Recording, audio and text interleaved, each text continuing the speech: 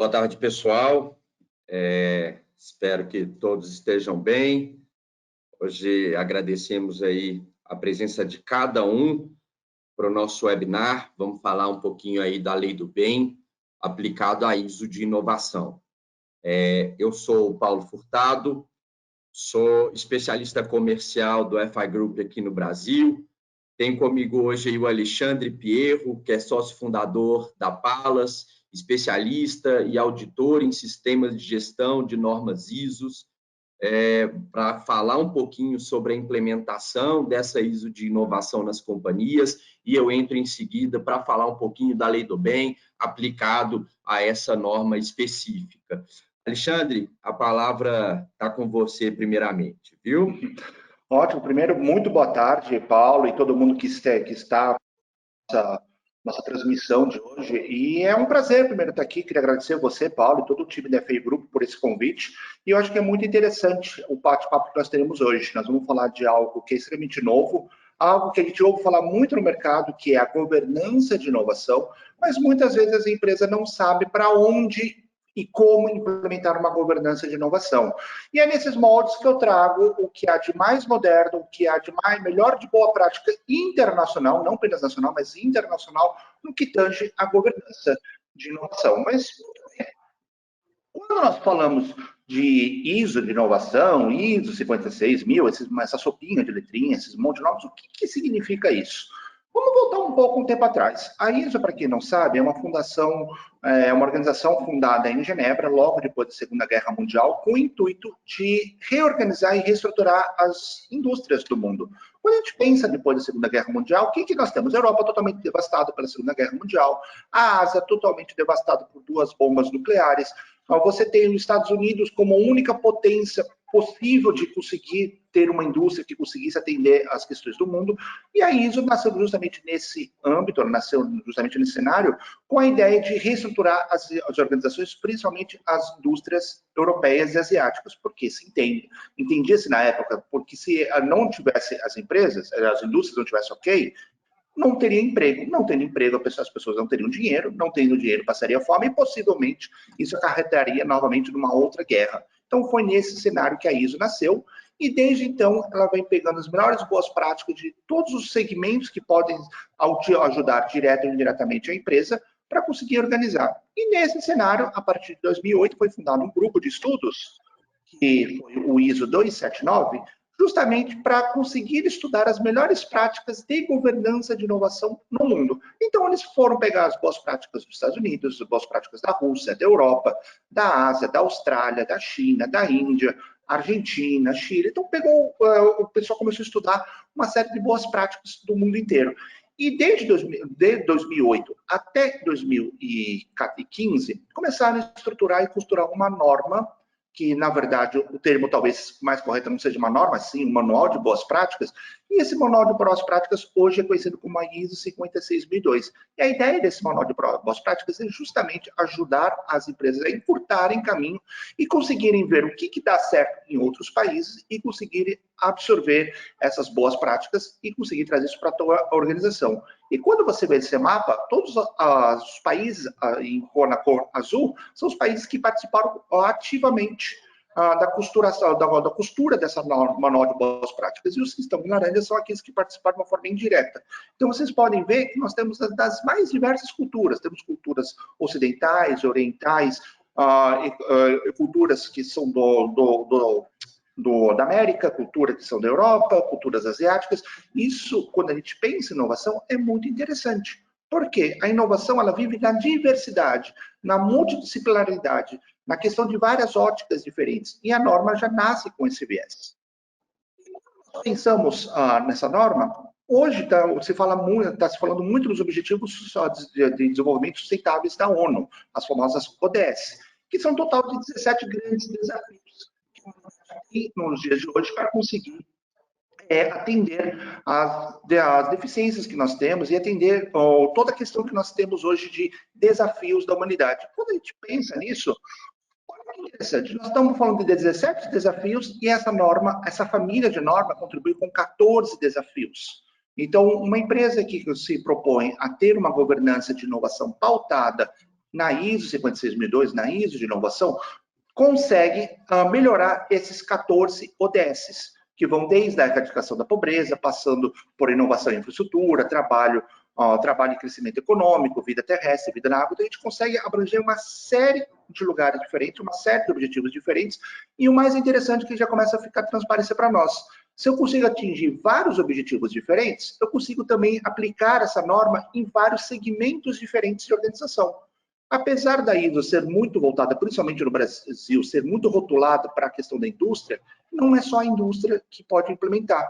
Empresas de serviço podem implementar, empresas de comércio. Eu vou trazer ao longo do bate-papo de hoje alguns exemplos de outros segmentos, além da indústria, que conseguiram se beneficiar com a ISO 56002, a ISO de inovação. E muito bem, quando a gente pensa em inovação, existem várias definições hoje de inovação. Quando você vai no manual do Frascati, existe uma definição. Quando você vai na academia, existe outra definição. Quando você vai, por exemplo, num workshop, participa de uma palestra, existe outra inovação.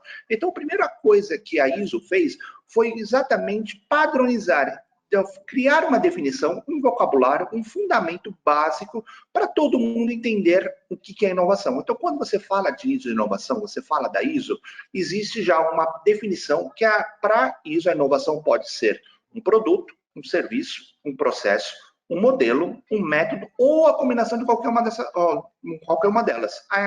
Com o conceito de inovação, ele será sempre caracterizado por novidade e valor. Isso significa que ideias e invenções sem a manifestação de valor não são inovações. 3 pontos interessantes dessa definição. Primeiro, ele não fala de tecnologia. Então, a inovação não precisa ser uma tecnologia. A inovação pode ser uma nova leitura do meu processo, pode ser uma nova forma de eu fazer um serviço, pode ser um modelo de negócios diferentes. E outra questão também que é muito interessante, questão de novidade. Se eu sou uma empresa que faz canecas azul, na cor azul, e começa a fazer uma caneca na cor laranja, isso não é caracterizado como inovação para ISO, porque isso não tem uma novidade. Mas se eu faço um designer diferente, se eu faço uma função diferente para aquela mesma caneca, isso é caracterizado por novidade. Então, isso é o primeiro pilar que eu preciso atender para fazer algo caracterizado como inovação perante os olhos da ISO. A segunda questão é valor. Não adianta eu inventar as coisas mais sofisticadas do mundo se aquilo não vai emitir nota fiscal para a minha empresa. Então, eu preciso ter uma caracterização de valor. E ela pode ser direta ou indireta. Ela pode ser financeira ou não financeira. Um exemplo financeiro, basicamente, é novas emissões de nota fiscal dentro da empresa. Um faturamento, um profit, um revenue maior dentro da empresa. E um não financeiro seria, por exemplo, aumento do valor da marca. Aumento do market share da empresa. Então, mesmo eu não aumentando o valor do meu produto, eu aumentando o market share ou o valor da minha ação na bolsa, a minha empresa se torna mais valorizada e com isso eu também consigo atingir a questões de valor não financeiro.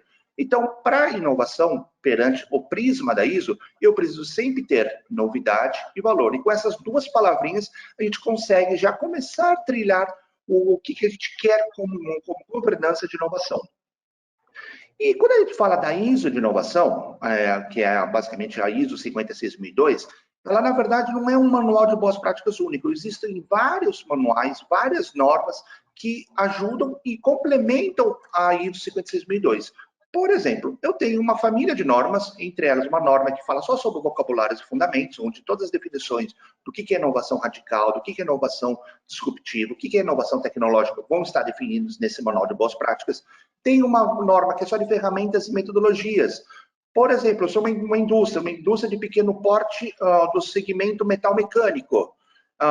Eu, quando consulto essa norma, eu consigo ver outras empresas similares à minha que usaram outras metodologias de inovação num país como China, Índia, Rússia, Estados Unidos, ou até mesmo a própria Europa, e consigo ver o que deu certo para eles. Dando certo essa metodologia para eles, eu posso também usar essa metodologia e, dessa maneira, encurtar o caminho para conseguir avançar em inovação.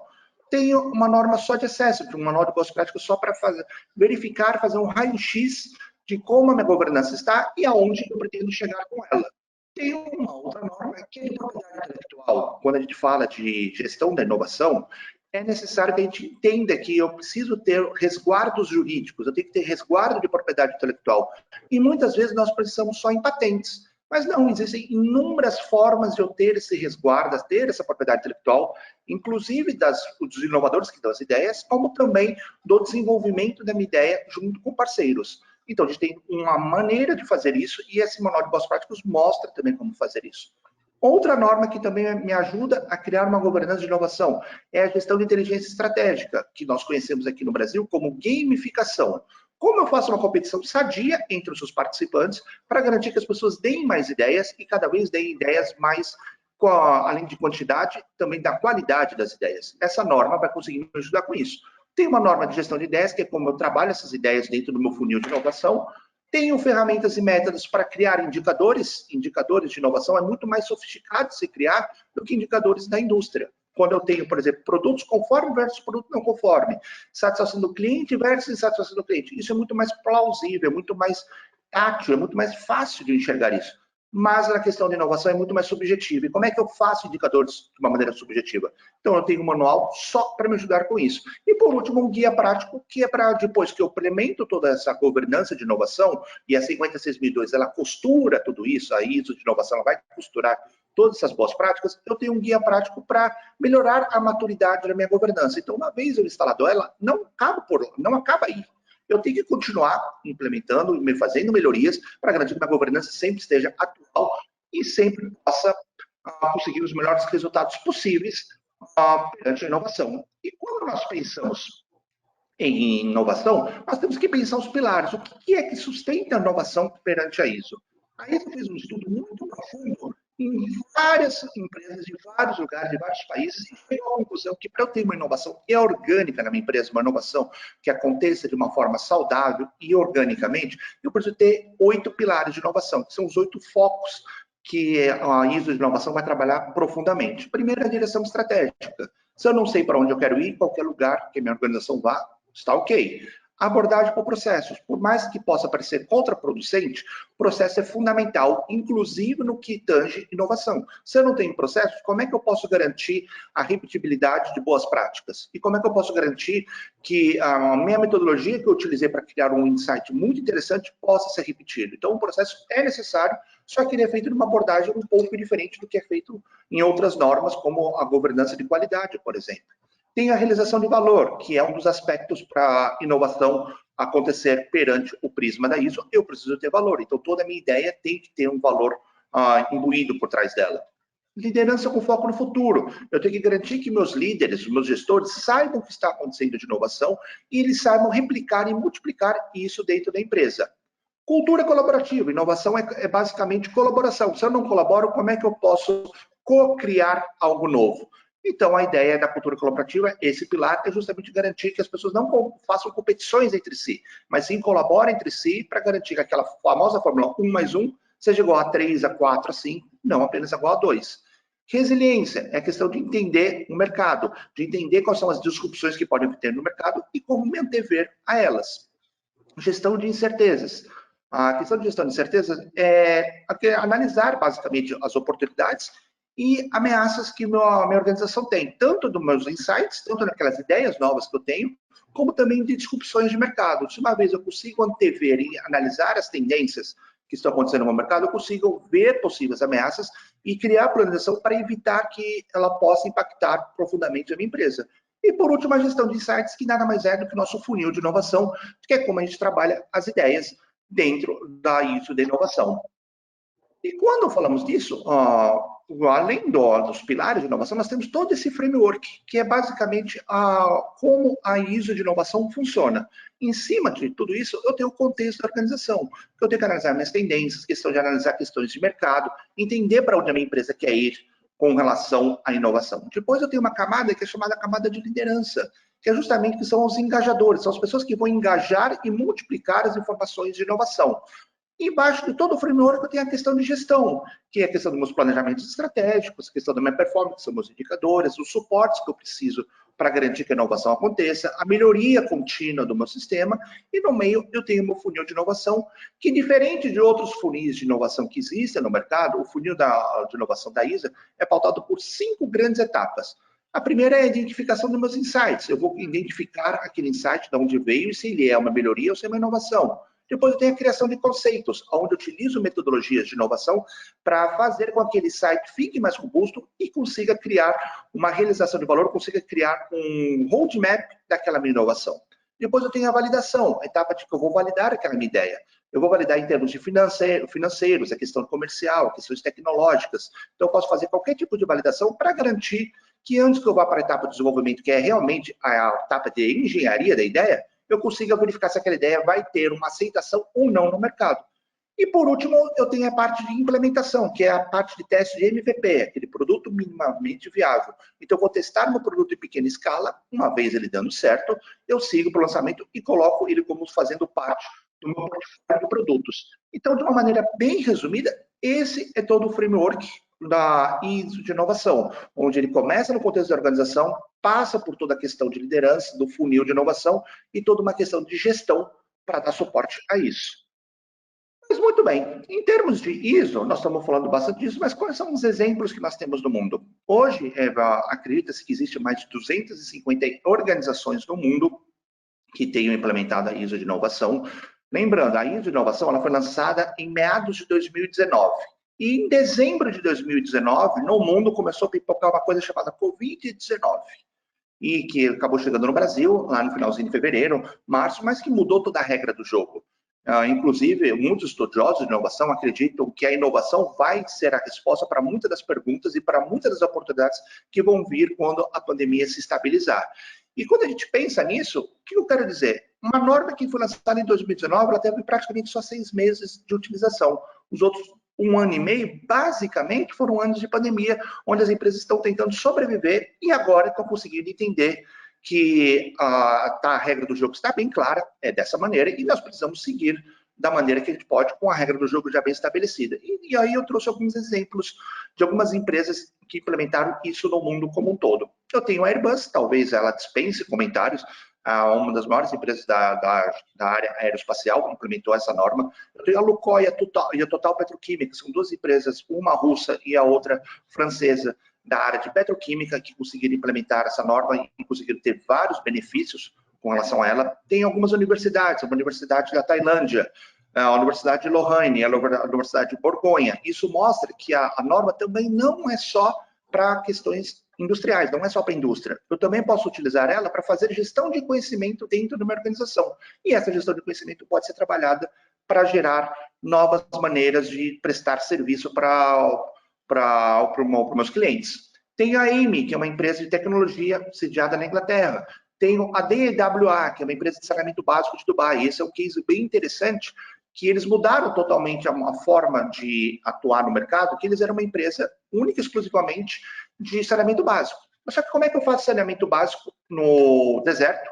Sem água, que é a matéria-prima para fazer o saneamento básico. Então, foi na ISO de inovação que eles viram algumas oportunidades de mudar o negócio deles, e hoje eles são os maiores hubs de inovação e um dos maiores empresas que geram energia renovável no Dubai e todas aqueles Emirados Árabes.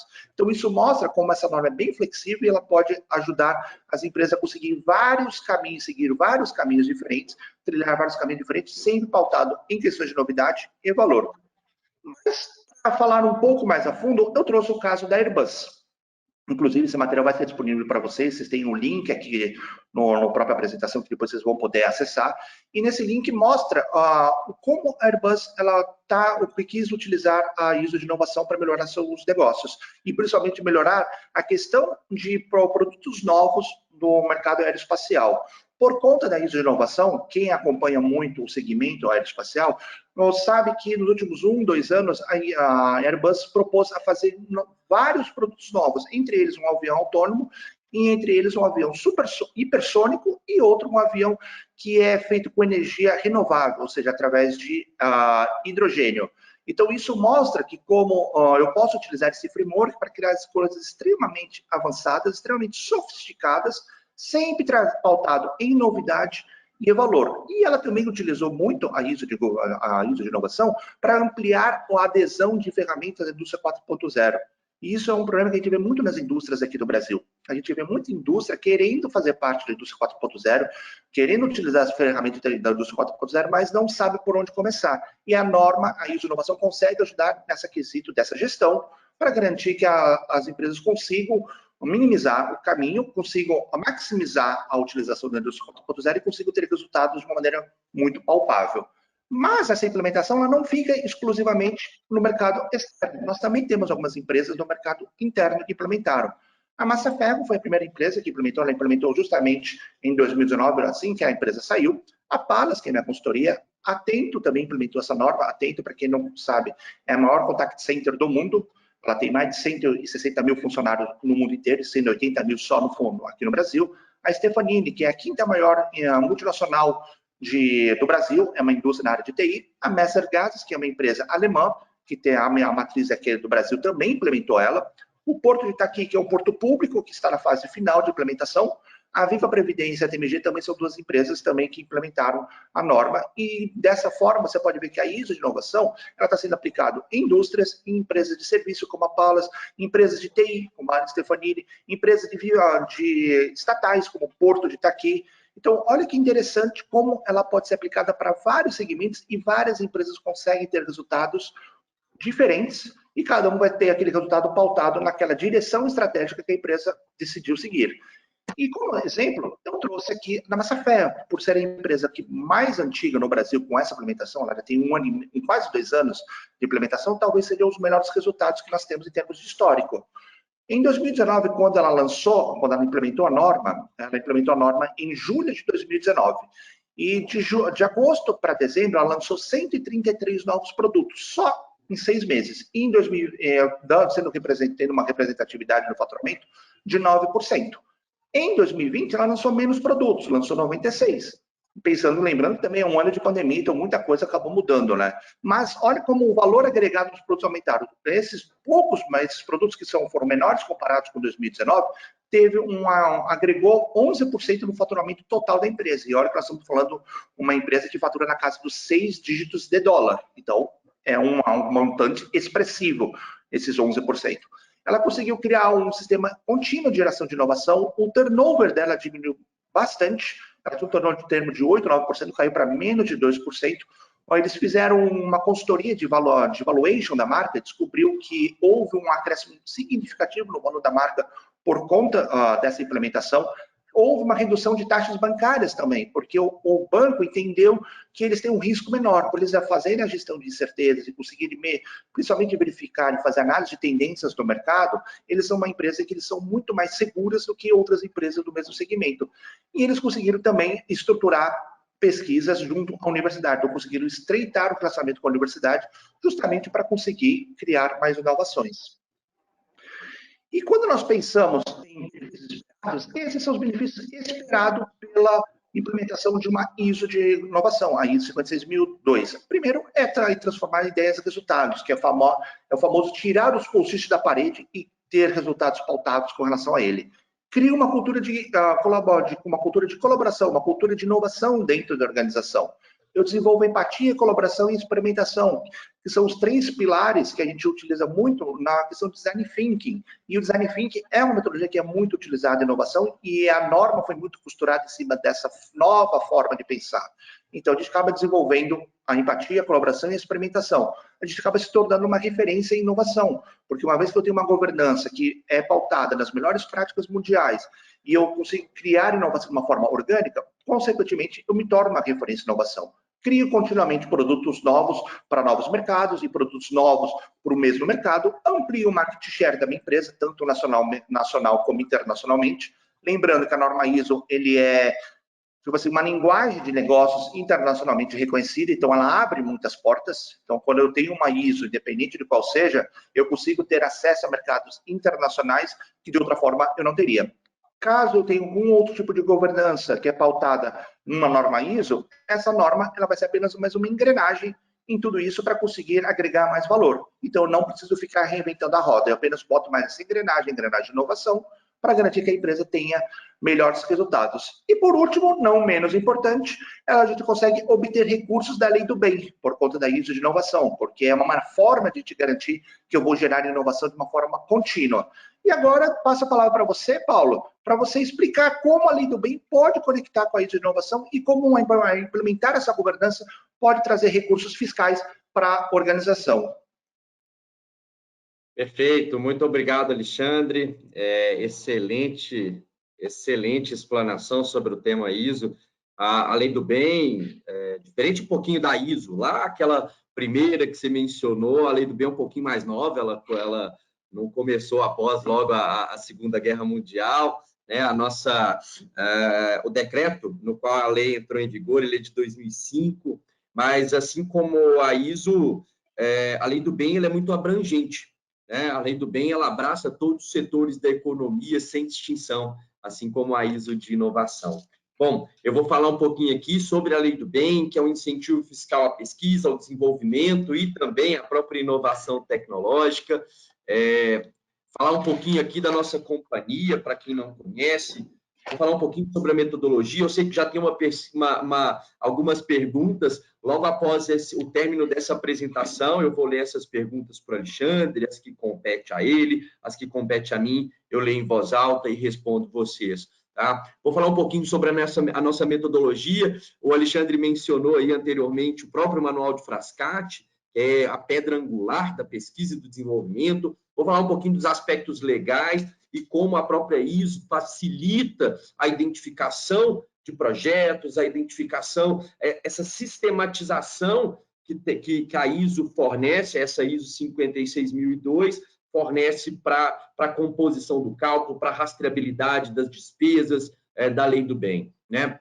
Por fim, as etapas de trabalho, né, que são inerentes a qualquer empresa que queira utilizar a lei do bem no país, né? Você tem 4 principais etapas de trabalho para você se candidatar a esse incentivo. Por fim, aí, os nossos diferenciais. Falando um pouquinho da FI, a FI é uma empresa com mais de 20 anos de experiência em financiamentos à pesquisa, desenvolvimento e inovação. Quando eu digo financiamento, seja um financiamento propriamente dito, como a gente possui aqui no Brasil a FINEP, BNDES, FAPESP e assim por diante, também os incentivos fiscais que financiam essas atividades inovativas no país. Né? Hoje nós estamos há mais de 10 anos aqui no Brasil, então, desde que foi feita a instrução normativa, a IN 1187 de 2011, nós estamos no Brasil. Hoje a nossa companhia está presente em 14 países, com 40 escritórios, são 9 aqui no Brasil. Nós empregamos hoje mais de 1.400 colaboradores no mundo inteiro. Aqui no Brasil nós atingimos a marca de 220 colaboradores, sendo que o nosso principal diferencial é que 80% do nosso time é técnico, né? Porque por mais que esses incentivos eles entrem pela área econômica, financeira, contábil das companhias, é necessária a defesa técnica desses projetos. Né? Então, não adianta eu, formado em administração de empresas, tentar defender um avanço tecnológico de TI, um avanço tecnológico no setor químico, farmacêutico, que não ia dar certo. Então, esse time multidisciplinar de engenheiros faz parte do nosso trabalho. Hoje, a nossa companhia atende mais de 1.600 clientes aqui no Brasil, e em 2019, 49% do nosso negócio foi gerado por recomendações dos nossos clientes. Né? No caso da Lei do Bem, a gente sempre trabalha com remuneração com base no sucesso, ou seja, um real benefício que as companhias puderem usufruir com a redução de IR, contribuição social do lucro líquido e adicional do imposto de renda, é que nós somos remunerados num percentual previamente acordado. Referente ao ano fiscal 2020, que, para a Lei do Bem, encerrou-se no último dia do mês de setembro, nós submetemos 732 candidaturas. E aí varia de redes de postos de gasolina a também empresas do setor aeroespacial, como a própria Embraer, e outras de diversos setores da economia. Como eu disse, a Lei do Bem abraça todos os setores, sem distinção. Essas são as nossas unidades, a nossa matriz mundial ela fica em Barcelona, no Brasil a nossa matriz fica em São Paulo, nós temos a unidade de Curitiba, do Rio, Brasília, Manaus, Belo Horizonte, na qual eu faço parte, Joinville, Porto Alegre, Recife, para atender qualquer empresa em qualquer região do nosso país, sem repassar nenhum tipo de custo para os nossos parceiros. Sobre a nossa metodologia, como bem o Alexandre mencionou anteriormente, é baseada nesse manual, o Manual de Frascati, a pedra angular no que diz respeito aos conceitos de pesquisa e desenvolvimento. Esse Manual de Frascati ele foi desenvolvido em 1963 pela OCDE, que é a Organização para a Cooperação do Desenvolvimento Econômico, com o intuito de unificar os conceitos de pesquisa e desenvolvimento. Antes, a gente tinha um conceito na Bélgica, que era um conceito diferente da Itália, que era diferente dos Estados Unidos. Então, eles se reuniram para unificar esses conceitos, então desenvolveram esse manual de Frascati na cidade de Frascati, na Itália, daí o nome do nosso manual, né? A FI, por um reconhecimento da própria OCDE, é a companhia autorizada a editar, traduzir e divulgar esse manual nos países onde a gente atua, como Portugal, Chile, Japão e assim por diante. E foi com base nesses conceitos que foi feito, então, o decreto 5798, que foi quando a legislação da Lei do Bem entrou em vigor, e também a própria instrução normativa, a IN 1187 da Receita Federal, que disciplina o uso do incentivo fiscal da Lei do Bem. Também fomos convidados pela ANPEI a desenvolver alguns capítulos do Guia da Lei do Bem, que são as boas práticas do uso do incentivo, né? Assim como fomos também o consolidador e revisor de todas as informações contidas nesse guia. Tanto o Guia da Lei do Bem quanto o próprio Manual de Frascati pode ser feito download desses materiais no próprio site do Ministério da Ciência, Tecnologia e Inovações. Bom, pessoal, é um pouquinho diferente, tá, o conceito de inovação para a Lei do Bem, né? O conceito de inovação para a Lei do Bem é a concepção, ou basta que seja uma melhoria de um produto, de um processo ou de um serviço que vise um desses três ganhos: um ganho de qualidade, um ganho de produtividade e um ganho de competitividade. E é importante que, para a Lei do Bem, a inovação ela pode ser para o mercado, ela pode ser para o país, ou basta que seja algo inovador para a própria empresa. Então, não necessariamente precisa de ser algo disruptivo, né? A criação da pólvora, a invenção da luz, né? Não, basta que seja, então, uma melhoria nesses produtos, nesses processos e nos serviços da companhia de vocês.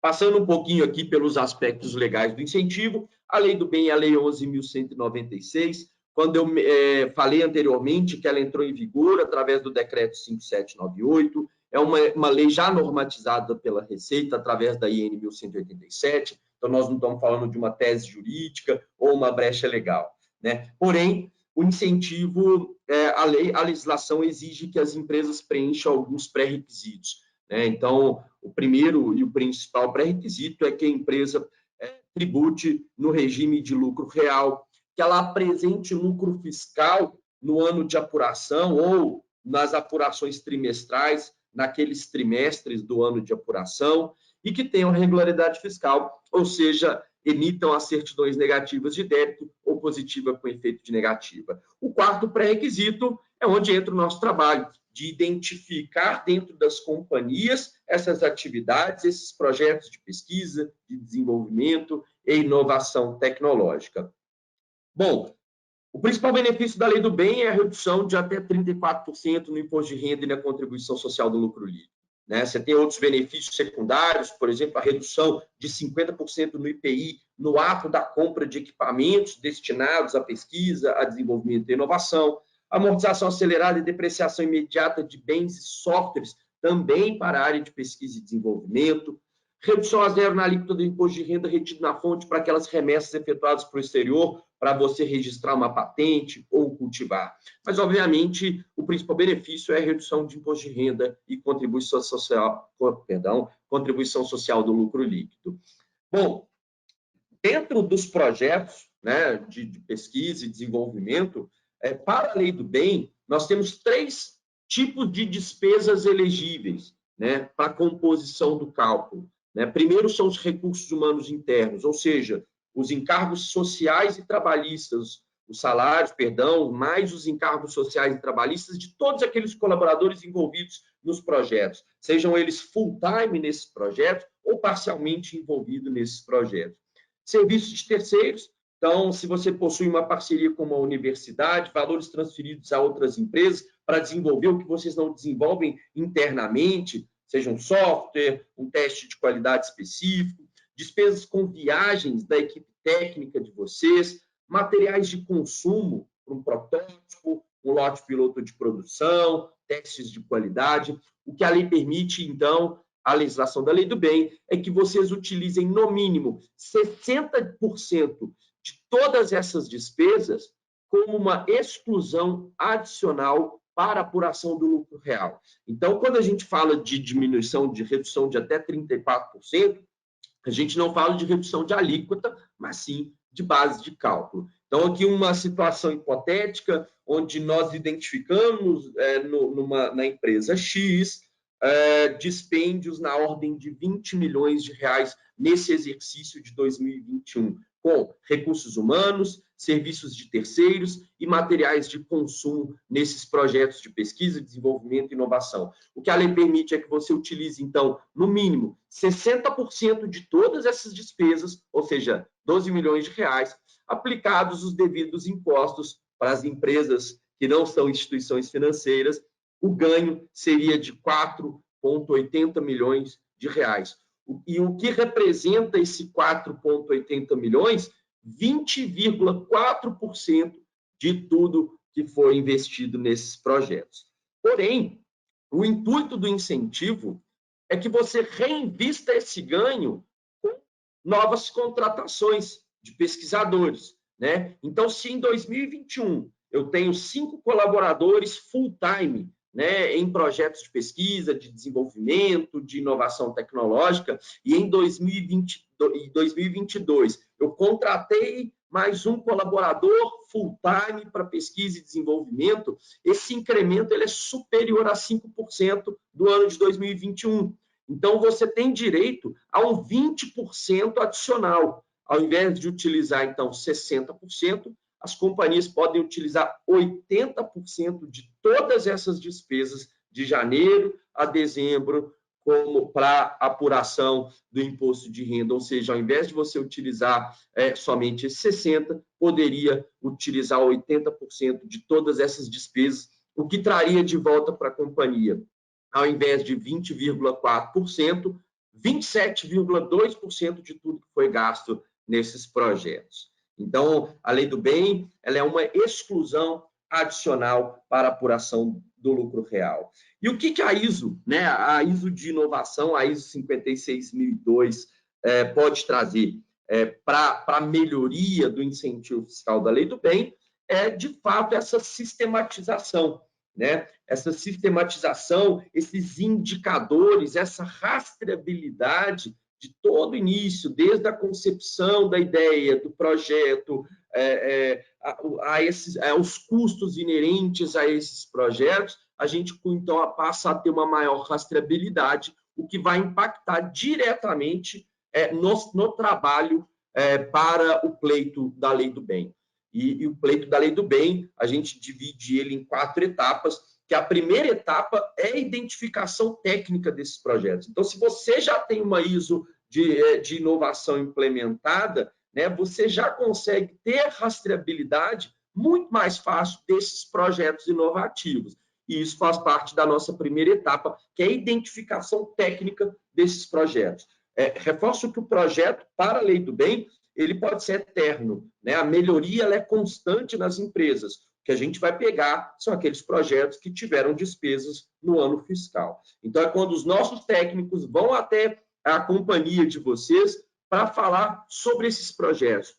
Quais são esses projetos que estão acontecendo em 2021? Inclusive, para a Lei do Bem, que fique claro, a Lei do Bem ela patrocina até mesmo o insucesso nesses projetos, ela patrocina a tentativa e o erro.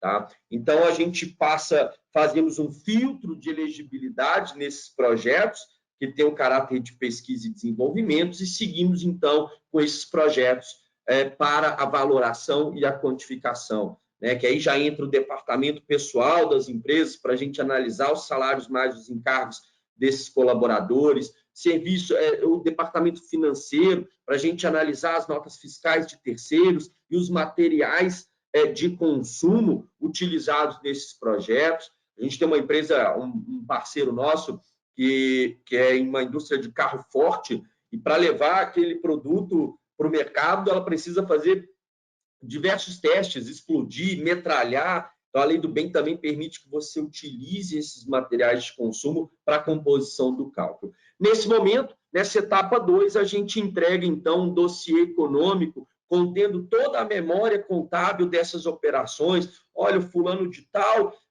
O Paulo, ele é formado em administração, ele participou do projeto X, o CPF dele é tal, o número de horas totais da empresa dele é tanto, e um percentual, o número de horas dedicados aos projetos de pesquisa e desenvolvimento, os terceiros, né, o CNPJ, o valor da nota fiscal, etc., para a composição do cálculo da lei do bem. Isso a gente entrega na segunda etapa. A terceira etapa, tão importante quanto a primeira, é justificar tecnicamente os avanços tecnológicos desses projetos.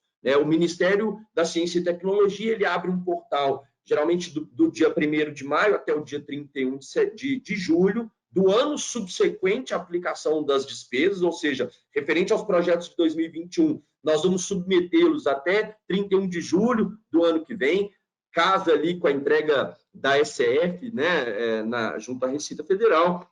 Então, é necessário, então, o nosso time tenha um know-how para justificar esses avanços tecnológicos, obviamente, sem transparecer a confidencialidade dos projetos de vocês. Afinal de contas, a gente não sabe quem está lendo esses projetos.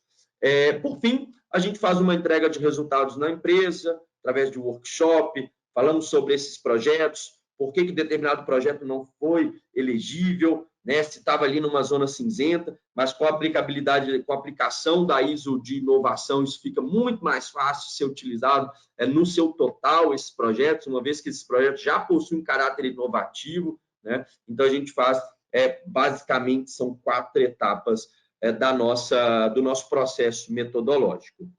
Bom, falando aqui da nossa companhia, é mais que uma consultoria, né? Tudo que a gente faz, né, sempre com muito cuidado para garantir o máximo de confidencialidade dos nossos projetos. Nós somos certificados aí pela ISO 27001, que versa sobre a segurança da informação, também a ISO 9001, ainda não temos a ISO de inovação, mas é bem possível que a gente leve essa ideia aí adiante dentro da companhia. Afinal de contas, nós somos uma companhia que nós estamos na vanguarda no que diz respeito à consultoria para inovação tecnológica. 100% dos nossos colaboradores são CLTs da companhia. Tudo que a gente faz atende às normas da Lei Geral de Proteção de Dados, porque quando a gente fala de projetos de pesquisa e desenvolvimento, a gente está falando ali do coração dessas empresas. É onde as companhias se destacam de seus concorrentes através de projetos de pesquisa, de desenvolvimento de novos produtos e de inovação tecnológica, né? Falando um pouquinho aqui desses nossos diferenciais, nós possuímos uma taxa de fidelização de 93% dos clientes que foram nossos parceiros na campanha de 2019. Por todo o período prescricional ao uso do incentivo, nós damos a nossa garantia, inclusive defesa em última instância, em esfera administrativa, junto à própria Receita Federal. O nosso intuito como consultoria e parceiro não é ser intrusivo, a gente sabe trabalhar com o tipo de documentação que as empresas possuem, né? Então, nosso intuito não é ser aquela consultoria, como se diz, uma consultoria pica-pau, né? Nós fazemos, em paralelo à lei do bem, toda uma gestão de outras oportunidades de financiamentos, de outros incentivos fiscais que tragam maior inovação para a companhia de vocês.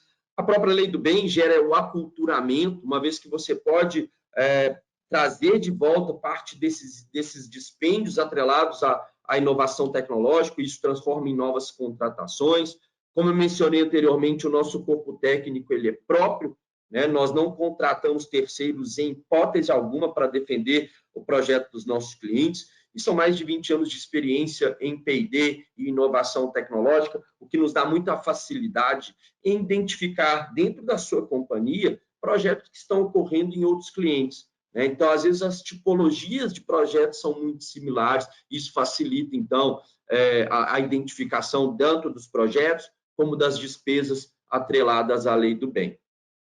Por fim, aqui, os nossos contatos.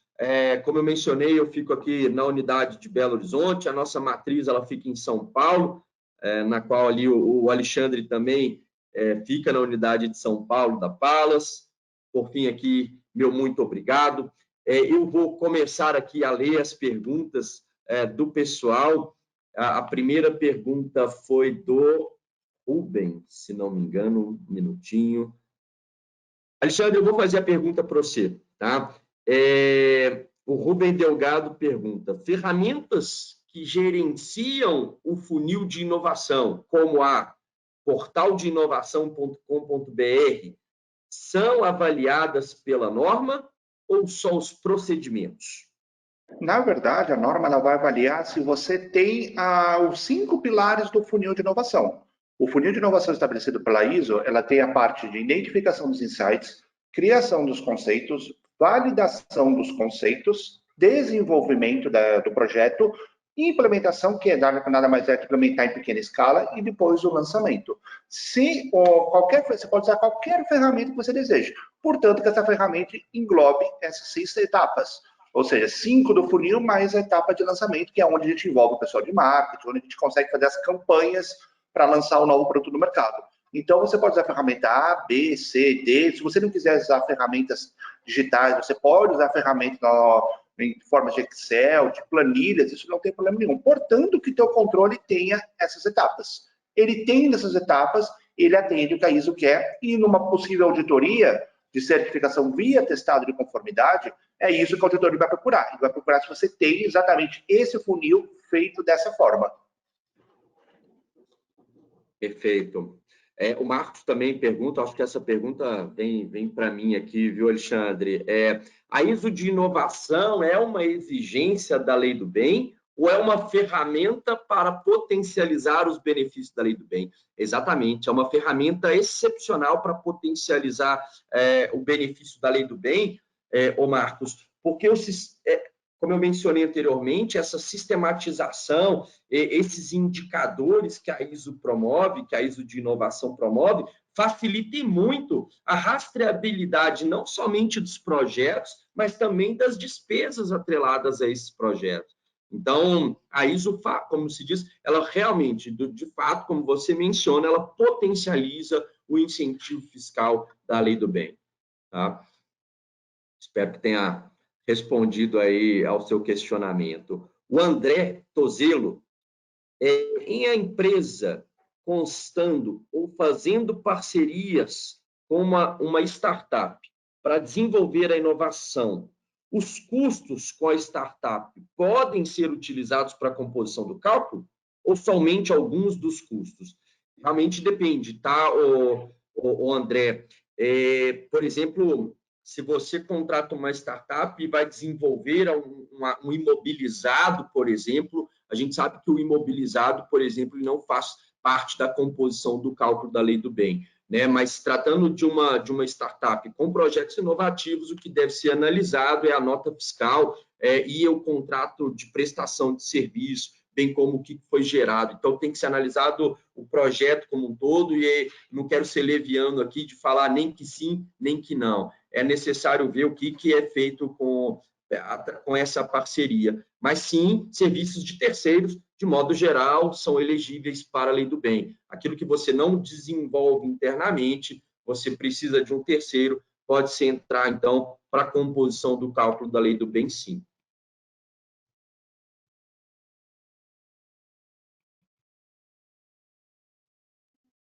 Só um minutinho aqui. O Guilherme Bononi. Vocês conseguem fazer um assessment para entender se é possível recuperar o valor do projeto de implementação de vocês? Opa, essa eu não entendi muito bem, Guilherme. Vocês conseguem, vamos ver se você tem uma leitura melhor do que a minha aí, Alexandre. Vocês conseguem fazer um assessment para entender se é possível recuperar o valor do projeto de implementação? Eu imagino, Paulo, que ele queria saber se é possível fazer uma análise, um diagnóstico da empresa para verificar se é possível já recuperar algum benefício fiscal perante uma implementação de uma ISO de inovação. Foi essa a minha leitura que eu fiz da pergunta. Ah, tá legal. É porque geralmente as ISOs elas vêm para normatizar e normatizar, que eu falo, como eu disse, sistematizar esses projetos. Então, se vai gerar um ganho de produtividade, de competitividade ou qualidade no seu serviço, o que na minha opinião faz todo sentido, é possível recuperar parte desses valores gastos. Obviamente, tem que ser analisado aí com o time técnico. Eu peço desculpas por não ser técnico aqui para falar se sim ou que não, mas acredito que sim, tá, Guilherme? Uma outra pergunta aqui interessante também, que foi muito interessante, é se o Ministério aprova, né, ou reprova esses projetos. Essa pergunta veio do Marcos. Bom, o Ministério ele recepciona os projetos, né, ele emite um parecer opinativo e não vinculante à utilização. A utilização da lei do incentivo fiscal da lei do bem, o incentivo ele é de usufruto automático, né? Porque o Ministério ele não tem competência para questionar ou glosar o incentivo fiscal, né? Então, cabe à própria Receita. Isso já houve diversas discussões nesse sentido, então há pareceres do próprio CARF, há uma consulta disponível no site da Receita, a consulta número 49, que fala que a lei do bem é de usufruto automático e que cabe à própria Receita questionar qualquer rastreabilidade de despesas. Então, o Ministério ele mais que recepciona esses projetos. Perfeito, pessoal? Bom, Alexandre, alguma consideração? Não, eu primeiro queria agradecer muito o convite, eu acho que é muito legal de ter esses fóruns para falar sobre inovação e queria deixar uma provocação para todo mundo. Na década de 90, nós tivemos a corrida da qualidade e, infelizmente, o Brasil ficou para trás. Começo dos anos 2000, nós tivemos a corrida do meio ambiente. Eu acho que os resultados mostram que nós também ficamos para trás. Lá nos anos 2010, houve uma corrida mundial sobre o compliance e antissuborno. Nós também ficamos para trás. E agora, tudo indica que desde 2015, nós estamos tendo uma corrida de inovação que ela vai se acelerar muito quando a pandemia se estabilizar. Lógico que a tendência é que nós estamos começando a enxergar o final do túnel, parece que não é um trem contra a gente, não é a luz do trem contra a gente, mas parece que a gente consegue ver um final da pandemia. E tudo indica que a inovação vai ser acelerada. Então, a primeira provocação que eu faço é o seguinte: nós vamos ficar para trás novamente? Lógico, nós não conseguimos competir de igual para igual com países como China, Estados Unidos e boa parte de países da Europa, mas a gente não precisa ficar no lugar que nós estamos hoje. Hoje nós fazemos menos inovação, segundo a ONU, menos que Uruguai e Portugal. Enquanto esses países estão na volta do 40º lugar, nós estamos no 70º lugar em termos de inovação. Então, não existe muito potencial para inovação dentro do país. O que nós precisamos, sim, é reestruturar esse potencial e garantir que governanças, que boas práticas internacionais consigam criar mais resultados e consigam fazer com que as empresas consigam alcançar resultados cada vez melhores, tanto no cenário nacional como no cenário internacional. E de resto, Paulo, queria agradecer imensamente todo o convite de você, de todo o time do FI Group, para conseguir falar com a gente. Se alguém tiver alguma dúvida, quiser conversar novamente, ou quiser saber mais, ter alguma informação adicional sobre a ISO de inovação, basta entrar no site isodeinovação.com.br. Lá nós colocamos um e-book gratuito, onde tem as 30 maiores perguntas que foram feitas nessas palestras que eu fiz ao longo dos praticamente 3 anos e meio que eu venho divulgando essa norma. Então, se alguém quiser saber mais um pouco, esse e-book vai ter muitas informações interessantes sobre o que a ISO se propõe a fazer e quais resultados que a tua empresa pode ter com essa governança. Perfeito, Alexandre. Enquanto você falava, apareceu aqui. Primeiro, eu quero agradecer também a sua participação, né? De modo que incentivar as empresas a normatizar esses processos inovativos através da ISO 56002 facilitem muito, sim, né? A rastreabilidade. Então, você vai provavelmente manter um valor de benefício muito maior e também muito mais seguro, uma vez que você já tem essa rastreabilidade desses projetos pautados pela própria ISO de inovação. Mas vamos lá. O Guilherme, refraseando aqui, tenho já diversas iniciativas de inovação e investimento. Além de querer colocar a ISO de inovação, consigo enquadrar todo esse investimento na lei do bem para recuperar o valor que investi na parceria com vocês? Bom, me perdoe se não conseguir te responder de maneira efetiva, tá, Guilherme? No caso, o valor de consultoria, né, por exemplo, do FI Group, ele não entra para a composição do cálculo da lei do bem, tá? Mas, sim, os outros projetos, sim. E também tem que ser analisado se o valor da consultoria, da implementação da ISO 56002 pode ser considerado algo elegível para a lei do bem. Então, assim, há que fazer uma análise, de fato, desses projetos, mas é o que eu sei da nossa consultoria, infelizmente, a gente não consegue, vocês não conseguem utilizar, como se diz, os nossos honorários para a composição desse cálculo. Se tiver ficado algo mal respondido, Guilherme, por favor, mande aí um e-mail que eu faço questão de te responder da melhor maneira possível. A gente pode agendar um breve bate-papo também, sem problemas. Bom, mas aí, Paulo, eu queria fazer só um adendo para o Guilherme. Aí é um exemplo nosso de algum histórico que nós temos aqui na Palas.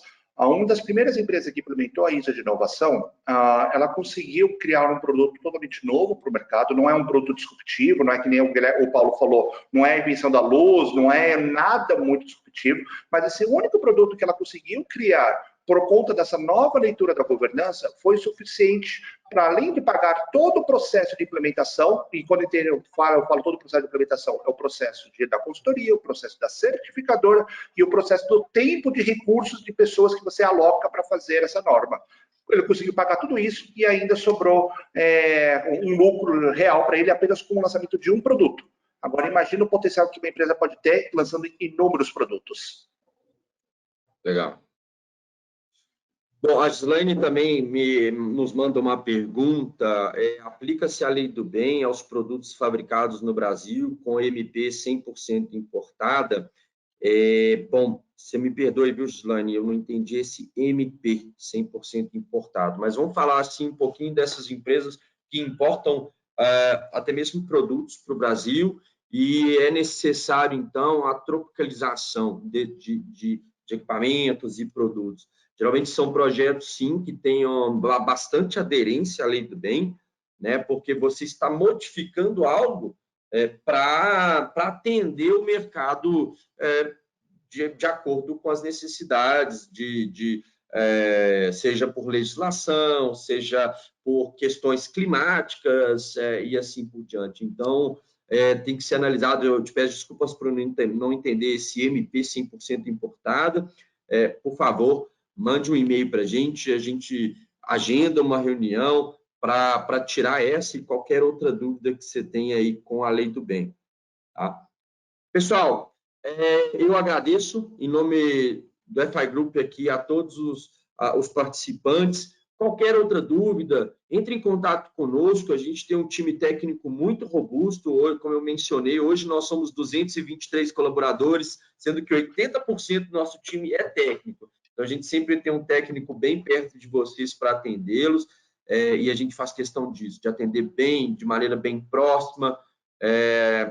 A todos vocês que tenham qualquer dúvida, e também entre em contato com o pessoal da Palas para a implementação dessas ISOs, que eu tenho certeza vem aí para melhorar ainda mais o core business de vocês. Tudo de bom, muito obrigado, Alexandre, um grande abraço para todos. Eu que agradeço, um forte abraço para você, Paulo, e para todo mundo que participou do nosso bate-papo de hoje. Obrigado, Alexandre, um abração.